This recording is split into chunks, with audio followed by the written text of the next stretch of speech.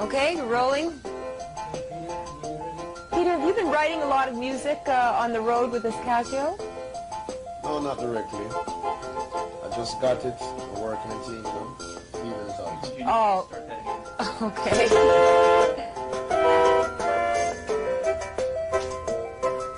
You got... So this is somewhat of a new toy for you. Mm-hmm. Very beautiful toy too. Uh-huh. Did you buy it for yourself? Well, someone lent it to me. I have one for myself, but this is more professional.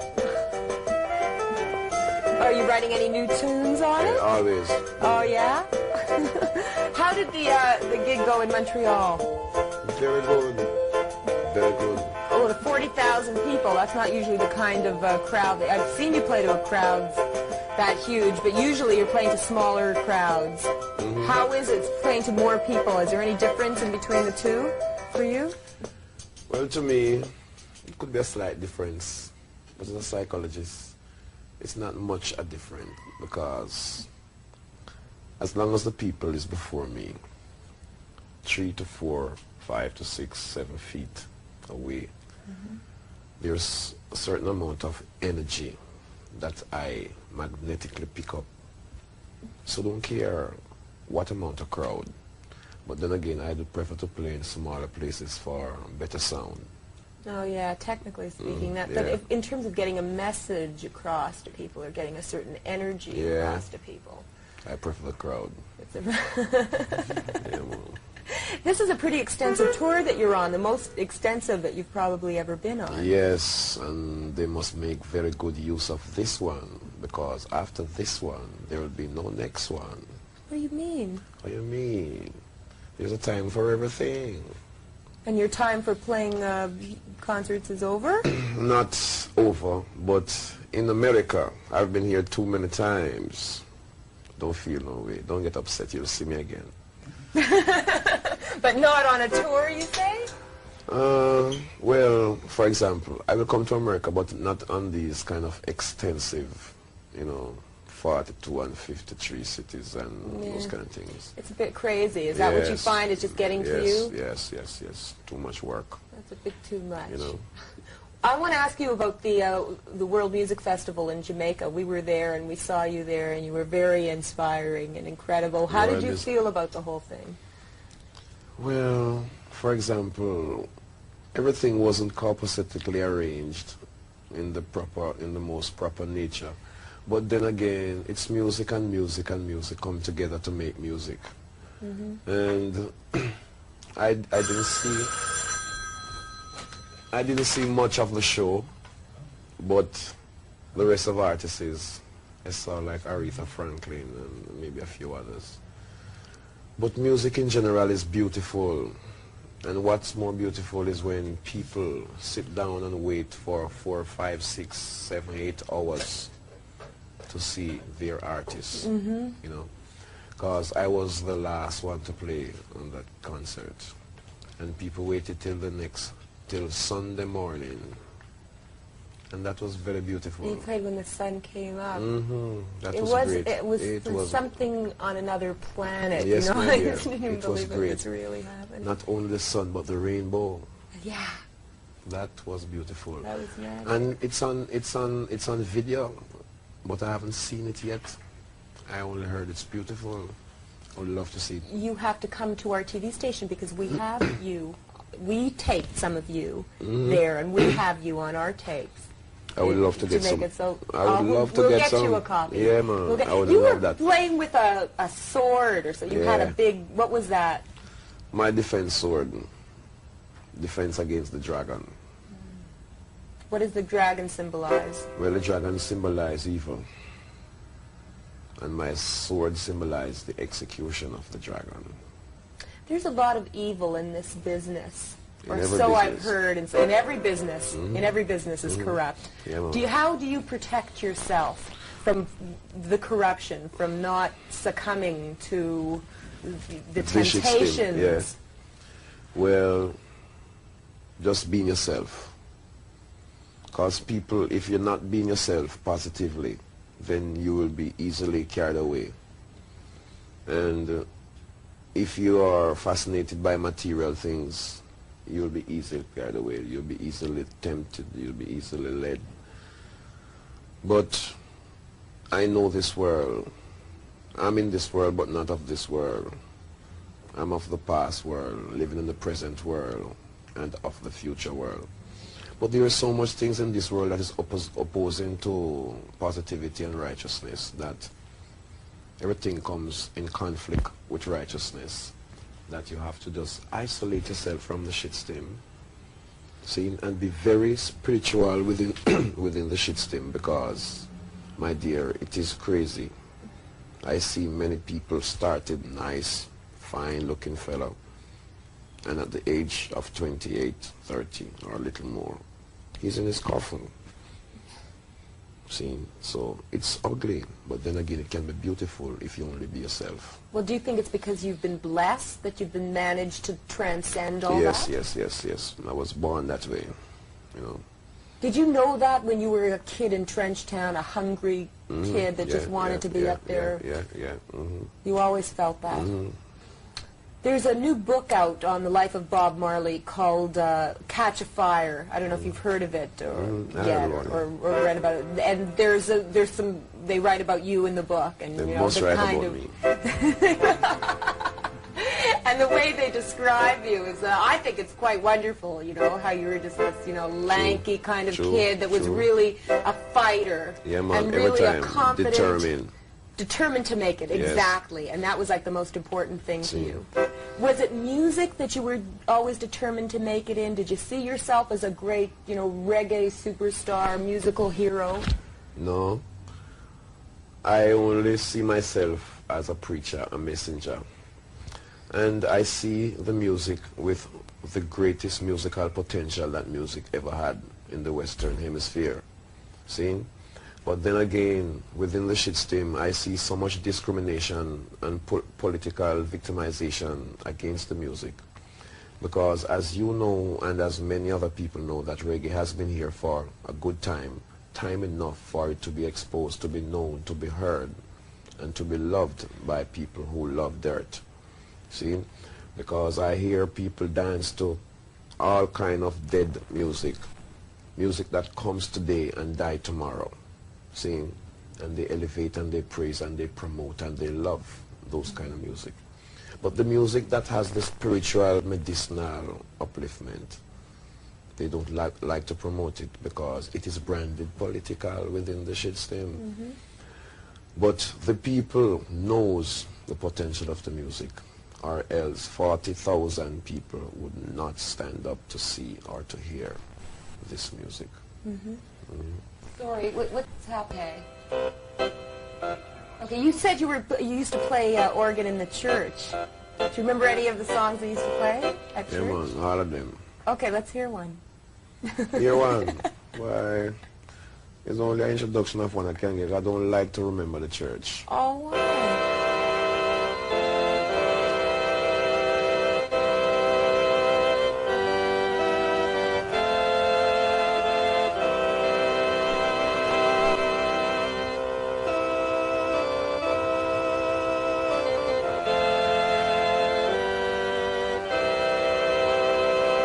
So beautiful. Why don't you like to remember the church? Well, that is Rock of Ages. You see, there was so much fantasy being taught in the church, my dear. And it's insignificant to say I don't like to remember the church, but then again, the church to the west is a building that people congregate in. The church to the east is a person who teaches the people the truth about life and about what they call Christianity. See, what they call Christianity in the West is a way of life in the East. They call it religion down here. See, it's for commercial reasons. It's not to be commercialized. So that's the reason why I say, you know. I just want to move this thing for a minute under your arm. Yeah. Okay. Sure. Do you find it an irony that you're on this tour with the Police. The Police have made a lot of money, a big commercial success. And I have to say, I mean, I think a lot of it has to do with the reggae sound in their music. And that was the thing that made them different at first, and that was the thing that people latched on to. Does that make you mad, maybe angry, that they were able to capitalize on that reggae sound when so many other great reggae artists in the world have not been able to break that commercial ground? Well, I am only angry at the shitstem for the discrimination against the root of reggae. But I would not be angry of them commercializing on the music, because they can only paint a picture from a picture, but the other picture, the original, is still there. See? And people are always attracted to beautiful things. And if they see the beauty in the music and paint a picture from that picture and try to portray that picture to their people, the people will be attracted to the beauty of that picture. But then again, it will give the people the idea in their head to think where that picture came from. And one day the people will see and hear and feel something of the nature of that picture. And when they hear, they will say, I think I heard this music already. Then they will realize it's the root. So what they are doing is just exposing the music, or the element of the music, or the fragrance of the music, so that when they get in the pot, they will know what's in the bottom. Judging from what I saw in Jamaica, and well, obviously even from just there's a common knowledge that you are such a hero to people, and especially in Jamaica, it's almost as though you were a national hero to people. Does that put a lot of responsibility on you? Well, it has always been my responsibility, because as it was written, the government shall be upon his shoulder, and his name shall be called Mighty, Wonderful. So much many different names that, you know, people will put on your head. But it's something I see that must be done. I'm a man who was born in the ignorance of the society, raised in the ignorance of the society. I've seen the ills of the society, the destruction of the society. I see youths die within the society because of the ignorance of the society. And my intellect and intelligence and wisdom, knowledge and understanding that I was born with, I motivated it, I watered it, and I made it grow. In its growing, it brought me to the light, to a light that was shining, but slightly, until that light began to grow. And that light was the reality of life. See? And I followed that light until now. And that light has taught me so many things, my dear, that it's incredible. But then again, there is so much things that this light taught me that I will not tell you. I will put it in a movie, and I will write it in a book. And write it in a song? And it will be more, you know, you will get more feelings, you will see the whole picture will be painted.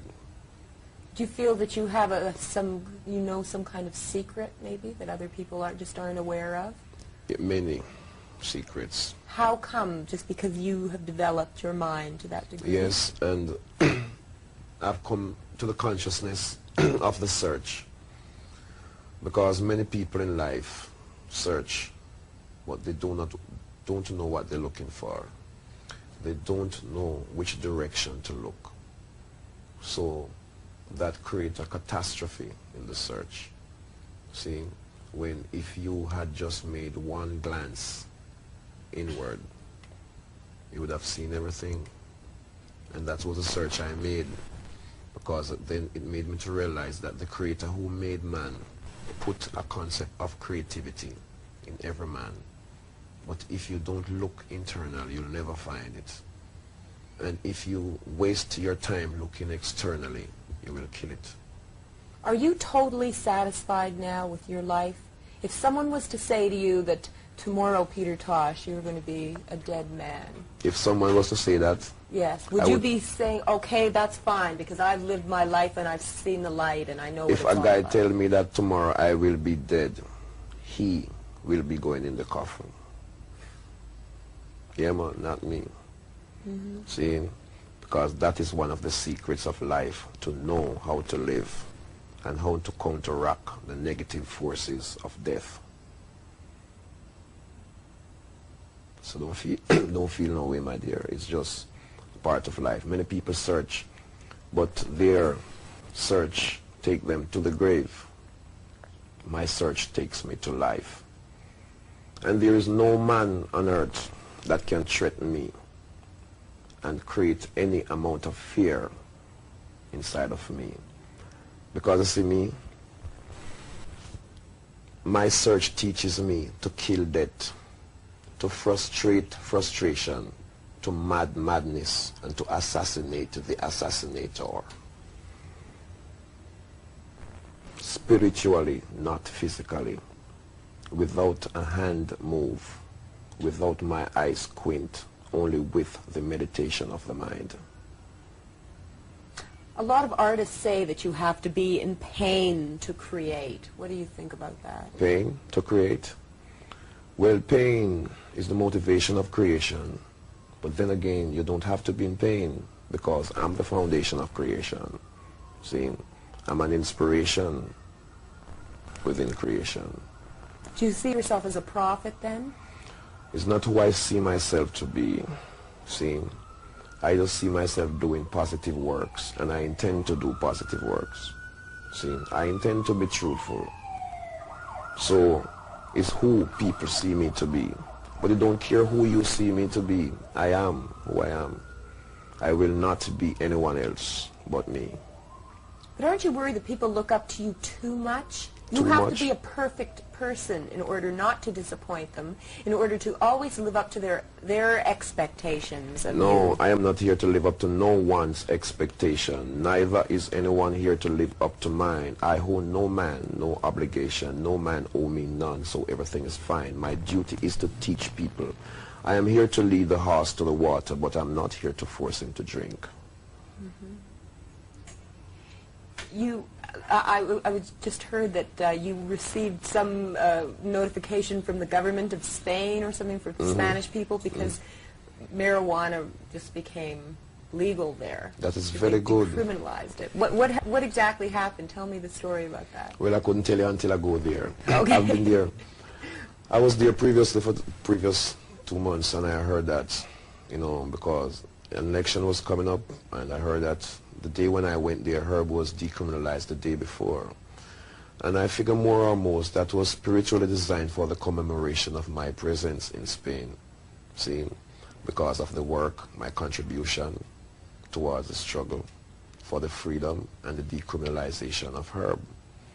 Because if herb is illegal, he who made the herb is also illegal too. Do you think herb in the wrong hands can be detrimental? Yes. Well, how can you prevent against someone who is not aware, someone who is not intelligent, Well, getting their hands on it? you see, that is a very dangerous game to play. For example, herb is always in the wrong hands.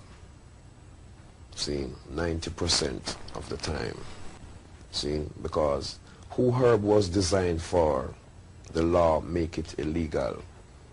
See, but it's those who make the law control the herb, so they know what to do, when to do, where to distribute. Because herb don't care what they say. It's money. It's live cash. It's dollars. And they know that. Who is going to throw away the dollar? See? But herb being in the wrong hand spiritually can be detrimental, because if one who consumes garbage daily then try to consume herb for getting high or getting kicks, that could be detrimental, because herb is pure. Why do you consume herb? Herb? I consume herb for medicinal reasons, spiritual reasons, and Do you feel closer to God? no, not to God. I feel closer to Jah. Yeah. That's what I meant to say. Yes. Herb is antifungus, antivirus, antitrichnosis, and it's an antidote.